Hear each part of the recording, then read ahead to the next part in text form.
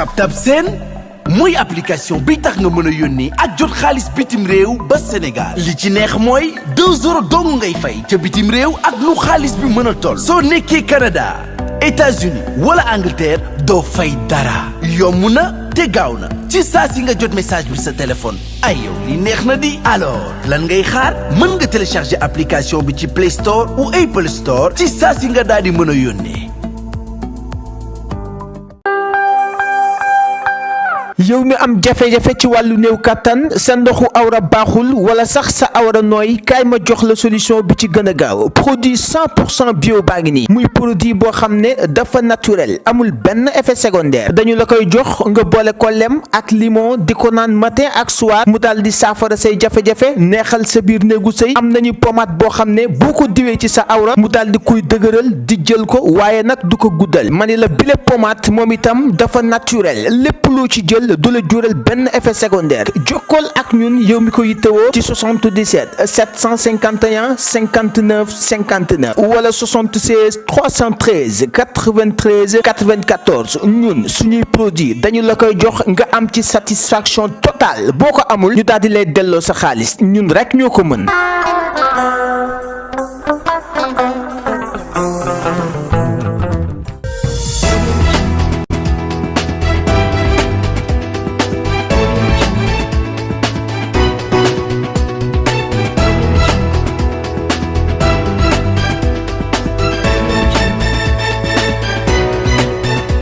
Chers amis internautes, bien le bonjour. Gannaaw bi ñu leen nuyoo jox leen seen wàccuwaay ñu leen di dalalaat jàmm fii ci VIP People seen journal VIP ñu koy dooree nag ak Paco Sénégal rek agressé par des membres du 12e Gaïndé moom nag di la mascotte des équipes nationales du Sénégal dañ ko agressé woon muy Paco le concepteur de Sénégal rek a fini sur un lit d'hôpital jamono ji ñuy waxaan yéen depuis semaine dernière après le match amical Sénégal-Algérie moom nag jamono ji mi ngi ci ay jafe-jafe ndax il est mal en point sous perfusion moom le supporter des Lions moom nag dénoncé ne ab acte de violence et de barbarie boo xam ne def nañ ko ci kawam moom Paco moomu noonee waaye nag ki mu gën a pointé du doigt moo di le président du 12e Gaïndé qui d'après lui le jour du match moom nag moo monté ay membres du comité des supporters sénégalais contre lui la ñu jàppante nag du lenn lu dul affaire plasma fii toog doo fi toog au stade de fële nga xam ne moo di Diamniadio il a été posé à tabac par des te lañ ko mujj jàpp dóor ko ba muy bëgg dee ba pare notifié ko qu'il a été suspendu fële ca comité bi ils ont également chargé lii di ay policiers pour ñu malmener ko dans les vestiaires waaye tamit c'est grâce à l'intervention de ki nga xam ne moo di seen supérieur qui magnifiait mon travail moo tax mu mën a rejoindre le rang des supporters regrette-t-il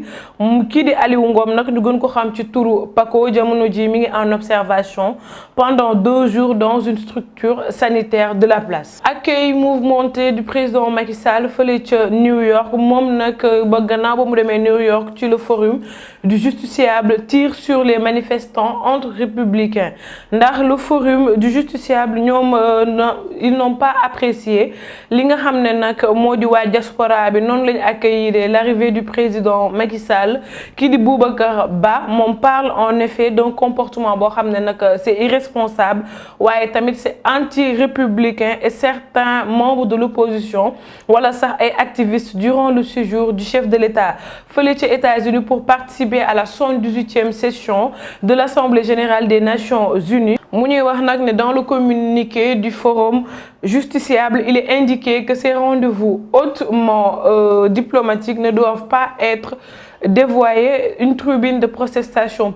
politicienne ndax nag mi ngi ñuy xamal ne mieux un champ de violence d'invective et d'insulte ay image la yoo xam ne honoré wul ci ñu dëkk waaye joxu ko tamit image gu rafet te dafay gën a nekk ci loo xam ne nag méngoowul ak suñu ay tradition ak culture politique muy wax nag le forum du justiciable invite li nga xam ne moo di le sénégalais où qu'il soit pour ñu comporter wu comme un ambassadeur waaye tamit ñu bañ a tuutal suñu réew ci yeneeni réew en ayant des attitudes yoo xam ne nag responsable na citoyen waaye tamit respectueux des valeurs républicaines waaye tamit à travailler au renforcement ci defar image yu suñu réew di Sénégal. Remaniement ou négociation technocrate et peur gannaaw bañ ko annoncé ba pare repoussé waat ko lii di le remaniement du gouvernement de Macky Sall sera selon le journaliste Ayaba Faye et Seydina Seck le reflet de la volonté du président à accompagner nag la campagne de son poulain bi di Amadou Ba gannaaw ba mu ko tànnee pour mu jiite lii di Benno Bokk Yaakaar ci président yi ñu si élection présidentielle yi ñu dëgmal en 2024 ñoom ñëpp ñi ngi xaar un gouvernement directoire jëmale ko ci campagne ba waaye nag il sera difficile ñu gëm ne le retard de la formation du futur gouvernement ne soit pas synonyme de prolongation de li nga xam ne moo di ay négociations wu Macky Sall ak ñoñoom yi nga xam ne génnoon nañ fa ci fan yi ñu génn ndax ñi ngi ñuy xamal nag ne Macky et ses lieutenants Amadou Ba et Abdoulaye Daouda Diallo même si beaucoup d'analystes doutent de li nga xam ne nag moo di la sincérité des fronts mu ñu xamal nag ñoom ils mettent en avant li di les avantages communs de conserver le pouvoir entre les mains mu ñuy xamal nag ne on va avoir un gouvernement de campagne qui aura comme slogan li nga xam ne nag moo di le parti avant la patrie waaye tamit des ministres yoo xam ne nag totalement politique débattateur ci li nga xam ne moo di plateau yi waaye tamit des distributeurs de billets dans leur fief ñu ñuy xamal tamit ne leurs ministères seront gérés par li nga xam ne moo di les directeurs de cabinet ou leurs secrétaires généraux waaye tamit les technocrates seront laissés de côté jamono ji ndax nag pour les mouilleurs de maillot dès la formation du futur gouvernement on peut dire que daal le Sénégal bascule dans la campagne électorale, déclare kii di Seydina Seck de Sénégalactu. CAN 2023, la date limite pour les listes révélées moo di nag la Confédération africaine de football ñu gën ko xam ci CAF moom nag gannaaw bi ñu génne ab communiqué date limite du dépôt des listes pour la CAN 2023 selon nos confrères de la Gazette du Fennec ñoom nag la CAF dañu signifier que ni aux fédérations des 24 pays qualifiés du CAN 2023 d'envoyer lii di liste seen ay joueurs convoqués en vue du grand rendez-vous continental avant le 3 janvier gi ñu dëgmal 2024 soit 10 jours avant le lancement de la 34e édition prévue du 13 janvier au 11 février 2024 gi ñu dëgmal. Palais de justice Awa Baba Thiam libéré sur convention ñu ngi ñuy xamal nag ne Awa Baba Thiam moom elle a vécu une journée que bu mu dul fàtte d'aussitôt niki ni démb mercredi 20 septembre 2023 gannaaw bañ ko convoqué fële ca sûreté urbaine elle a été déférée au parquet après son face-à-face ak li nga xam ne ñoo di les enquêteurs arrivés au palais de justice de Dakar moom Awa Baba Thiam elle a été placée ca fale nga xam ne nag moo di dans la cave du tribunal gannaaw bañ ko interroger nag moom elle a été finalement libérée et devra répondre niki ni tey jeudi ci beneen convocation à 16h ce pour être nag fixé sur son sort pour mu mën a xam fan lay féete jamono ji pour rappel nag Awa Baba Thiam li ñu koy toppee moo di délit de divulgation de données à caractère personnel waaye tamit menace de mort via des messages écrits waaye tamit dénonciation calomnieuse moo di waxal nit tuumal ko lu amul injure ay saaga yu graaw ak entre autres charges dinañ ci dellu siwaat buñ ci gënee am lu ñu leer. Immigration irrégulière de pirogues transportant lu tolloog 167 candidats arraisonnés le patrouilleur Waalo de la marine nationale ñoom nag avec le soutien de l'armée de l'air ñoom nag jàpp nañ niki ni mardi le 19 septembre à 120 km au large de Dakar ñaari pirogue transportant lu tolloog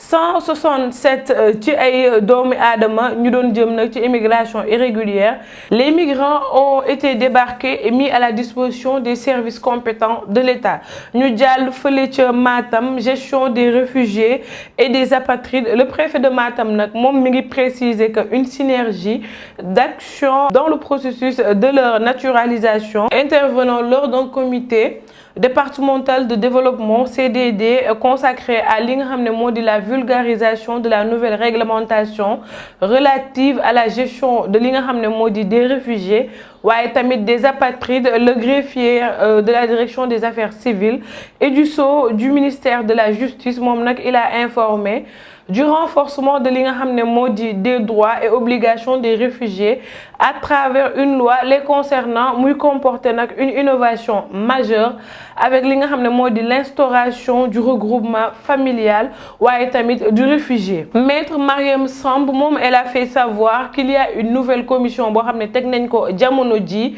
moom nag luñ ci jublu moo di dans la prise en compte du statut des réfugiés waaye tamit des apatrides avec une expansion de leurs droits ak obligations waaye tamit s'agissant de la prise en charge de li nga xam ne moo di leur naturalisation. S'agissant nag le préfet du département de Matam Souleymane Ndiaye moom il a plaidé pour la mise en opération de li nga xam ne moo di ab synergie d'action et engagement les services techniques à produire li nga xam ne nag moo di les pièces nécessaires à la constitution des dossiers. Selon nag le chef de l'exécutif départemental suite aux événements de 1989 yi amoon fële ca Matam à l'instar de la vallée du fleuve Sénégal ils ont enregistré lii di ab effectif important de réfugiés ci loolu nag ñoom si lañ sukkandiku. En plus des cas étudiés il y a beaucoup de pièces à fournir ci cadre de l'enrôlement des demandeurs, d'où la préconisation d'une synergie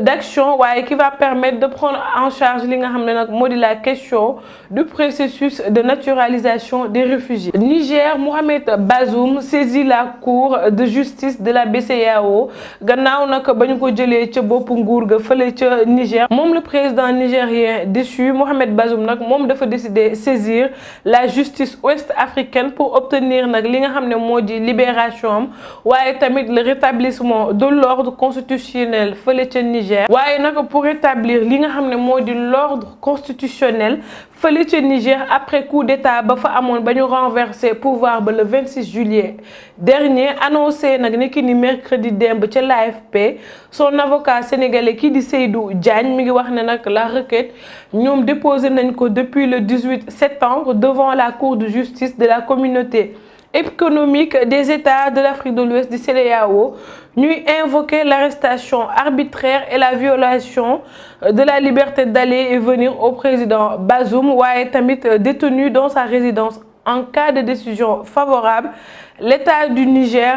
ñoom nag ils auront l'obligation juridique d'exécuter li nga xam ne moo di la décision, a déclaré avocat am boobu di Seydou Diagne. Immigration irrégulière ba tey la marine nationale intercepte 167 migrants dont un bébé ndax nag dafa am ñaari embarcations de fortune qui ont quitté Kayar et Thiaroye pour rallier l'Europe ont été interceptés par les gardes-côtes sénégalaises waaye tamit la marine nationale ñoom nag procédé nañu au débarquement des 167 passagers dont 9 femmes ak 8 mineurs 9 jigéen ñi ngi ci woon waaye tamit ak 8 xale yoo xam ne ay mineurs lañu. Un nourrisson de 9 mois bébé boo xam ne ci 9 mois képp la tollu te à bord de li nga xam ne moo di l'une des embarcations, informe lii di iRadio. waaye tamit am na beneen passager buy wuyoo ci turu Mohamed Ndiaye. moom Mohamed Ndiaye mi ngi ñuy xamal ni ma nga jóge fële ca Touba muy wax ne nag seen embarcation Thiaroye la déparé ñoom ñu ngi quitté nekk ni lundi ci ay heures yu guddi en mer. La marine nationale nag ñoo leen interpellé muy wax ne nous sommes là, a-t-il expliqué, confiant à nos confrères qu'ils voulaient rejoindre ay frères am yi nga xam ne ñoom ils ont choisi yoonu ndox bi ba atteindre les côtes européennes waaye mi ngi wax ne moom nag moom du xaddi benn yoon, il reste déterminé malgré le danger. Car tranche-t-il, objectif am était de rejoindre nos frères en Espagne depuis 2019 nee na moom mi ngi jéem a tenté de rejoindre l'Espagne waaye di ko jaarale ci yoonu ndox mi waaye nag j'ai fait aussi li nga xam ne moo di Maroc, demoon na Maroc waaye nag jusqu'à présent dara fonctionné wul. muy wax ne moom ñoom ñiy dem ils sont conscients de danger bi nga xam ne moom la ñuy nekk di encourir waaye j'ai fait le Maroc, il y a des risques pour le voyage, c'est aussi des risques ndax tout le temps ay risques ngay dund mais nous sommes déterminés duñu xàjji duñu bàyyi benn yoon ndax dañoo bëgg réussir dimbali li nga xam ne moo di seen ay parents. muy wax ne xamuma Barça bi ngeen di wax objectif am daal moom mooy Barça moom Mohamed Ndiaye jamono ji. ñu koy jeexalee ak l'hivernage risque de débordement du fleuve Gambie ndax nag ñu ngi ñuy xamal gannaaw taw yu fort yi ñu fi nemmeeku ci fan yi ñu génn ak ci les dernières heures ni ki ni démb mercredi. Au Sénégal, menace de faire sortir le fleuve Gambie de son lit. La cote d'alerte 7 mètres a été dépassée ni mercredi vers 14h45. Interrogé par la RFM, qui dit le chef de la brigade des ressources en eau de Tamba, Félé Akédougou, Mamadou Diop, informe en effet que le plan d'eau est passé ces 2 derniers jours de 4,59 à 7,2 mètres. Il prévient que si la situation météorologique se maintient dans les prochaines 24 heures, avec de fortes précipitations, le fleuve risque de déborder et menace les bannerets qui bordent les rives du fleuve de Gouloumbou. Fofu la ñuy jaarale tëj journal bi ñu leen di jox dig daje d'ici demain à la même heure. D'ici là, restez scotchés à la suite de nos programmes, là où on vous informe juste et vrai. Portez-vous bien.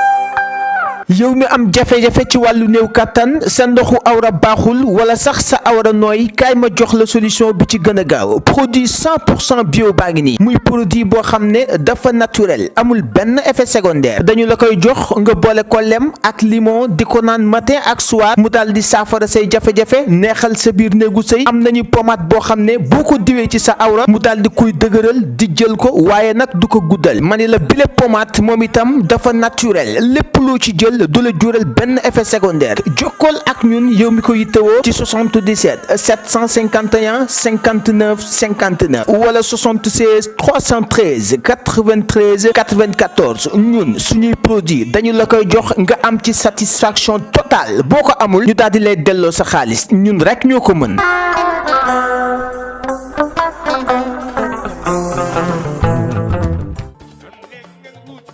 Hello guys, une bonne nouvelle avec TapTapSend, une nouvelle application sûre et rapide. Envoyez de l'argent partout à travers le monde, que ce soit l'Europe ou les États-Unis, avec TapTapSend. Utilisez le code promo TANGE26 et gagnez 10 € sur chaque transfert. Téléchargez l'application sur Apple Store ou Play Store. Avec TapTapSend, tout est révolu.